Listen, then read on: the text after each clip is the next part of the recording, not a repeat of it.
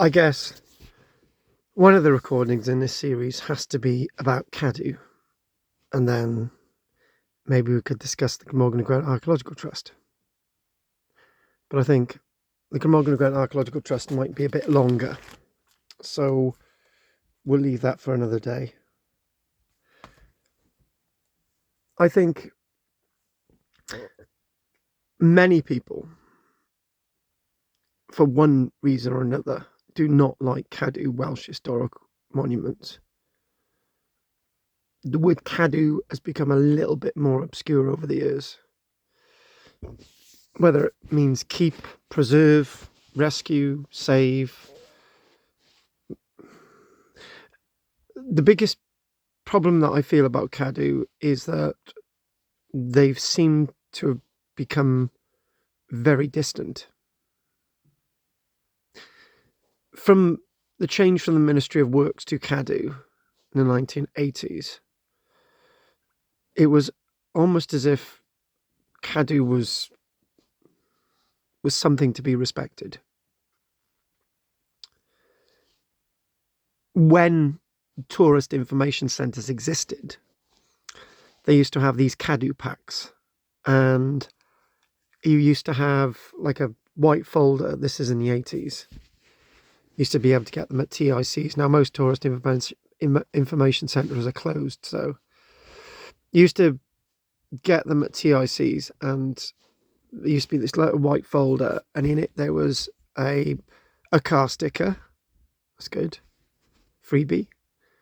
And there would be like loads of little posters about different sort of Cadw properties, you know, the 21 properties that are directly run by Cadw, like Caerphilly and say Chepstow and, you know, Sagontium and Sagontium, I think, and Harlach and so on.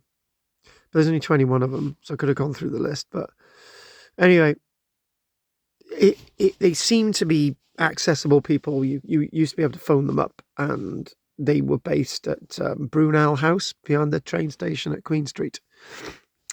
And this was in the 80s, and they used to have quite a few interesting characters working for them. One was a chap by the name of Jeremy Knight. I know he's still about. And they used to have in-house archaeologists like Sean Rees. But we've got to be very careful when we talk about Cadw and individuals, because that's back in the 80s and the 90s, and you had the Royal Commission on Ancient Historic Monuments, was a completely different body altogether back then. So, and the other thing as well is transparent. This Cadw used to be very transparent. They used to have these bound booklets, and of all the counties of Wales, I used to send for a set now and again. So I used to have every single county in Wales. That's when we had Gwynedd, South Glamorgan, you know, Gwent. And then when you had the unitary authorities in the 1990s, everything changed. But anyway, I kept these lists. And it's quite surprising how many of the scheduled ancient monuments on this list, on these lists, on these they were actually booklets. They were A4 booklets. You could scroll through them. They were great, and nice illustration on the front for whatever county it was. And obviously, when you got the 21 unitary authorities, I'm not exactly sure they did them then, but I've got several sets of these, and if you go through these, what you will find is that there are quite a few sites that are no longer on the updated inventory, and you're thinking, Cadw Keep, when a site is scheduled as an ancient monument, it means it's scheduled and protected forever. That's not exactly the case. It doesn't mean that at all. It seems that in regards to the A4226, which is a 5-mile lane in the Vale of Glamorgan in the 2017, 2018, and I got loads of videos about that. Maybe I should do a recap. And one thing that Rod Brostock wanted me to do was an interview with him about the whole thing, but time ran out for him, which is a shame. One of the regret that I've got. And maybe hidden history, if they want to still do an interview, then I'll come on and talk about it, but that's something else. Anyway, it seems that more than one site along that length of road was descheduled, no longer a scheduled ancient monument. With the terminology, they weren't ever really scheduled, and you can't really find if they were scheduled or not because the information doesn't exist anymore on the internet. Well, it does in these books, in these booklets, which I still got.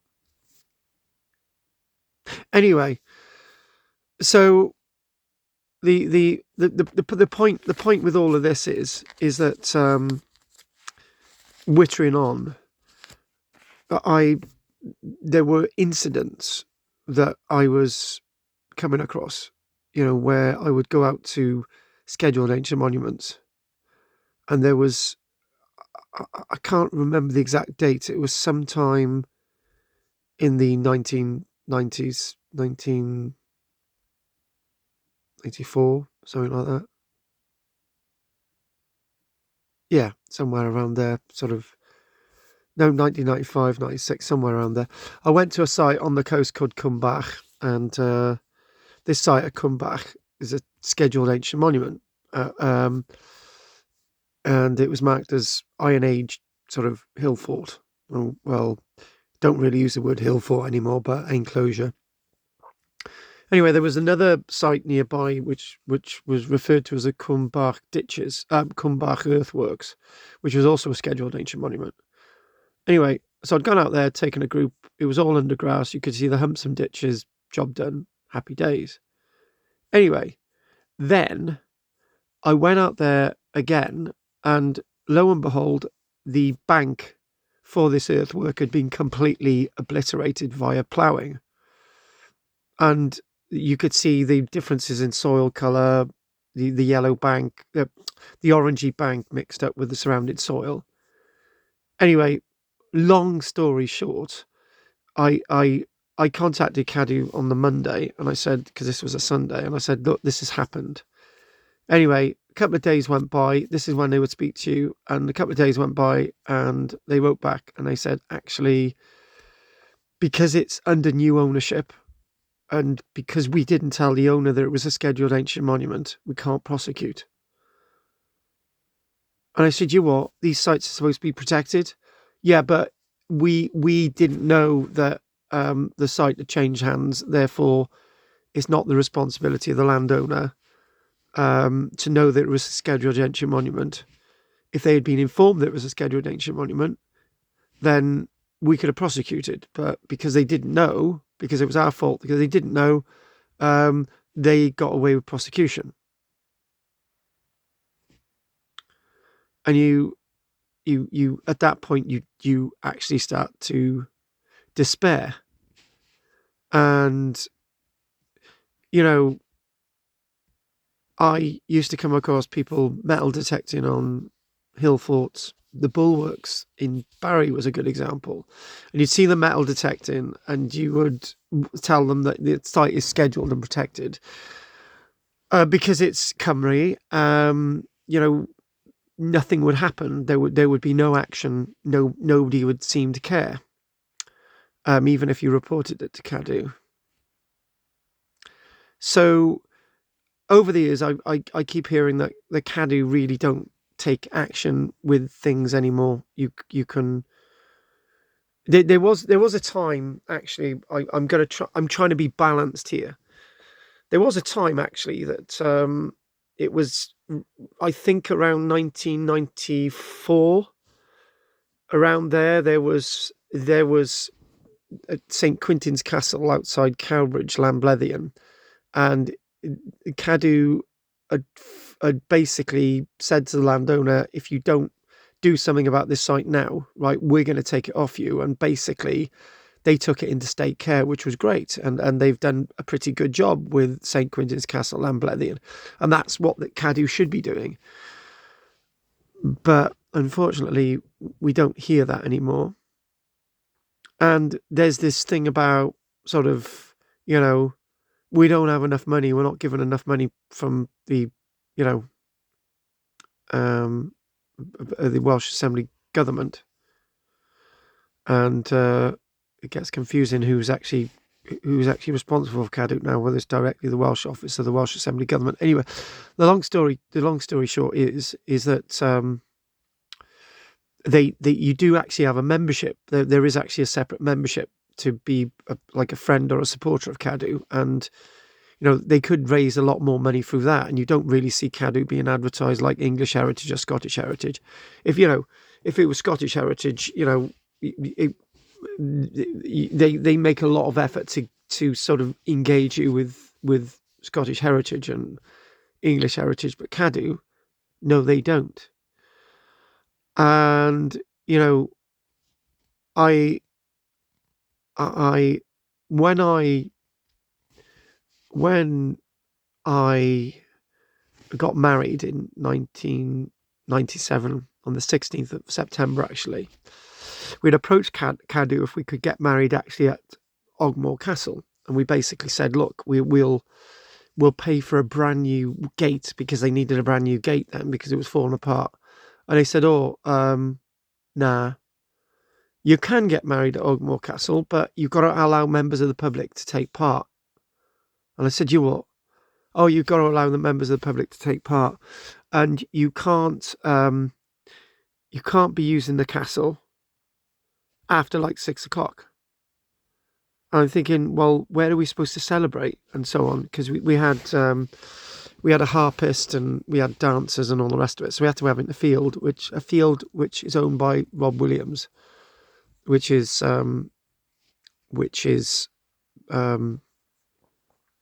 west of the no, it's not. Hang on, let me get this straight. Yeah, sorry, south of the castle, immediately south of the castle, basically opposite the Pelican. And we had it there, and we had photographs taken of the castle, and that was it. Anyway, it was I started to get really bitter with Cadw, with little things like that. And back in 97 again,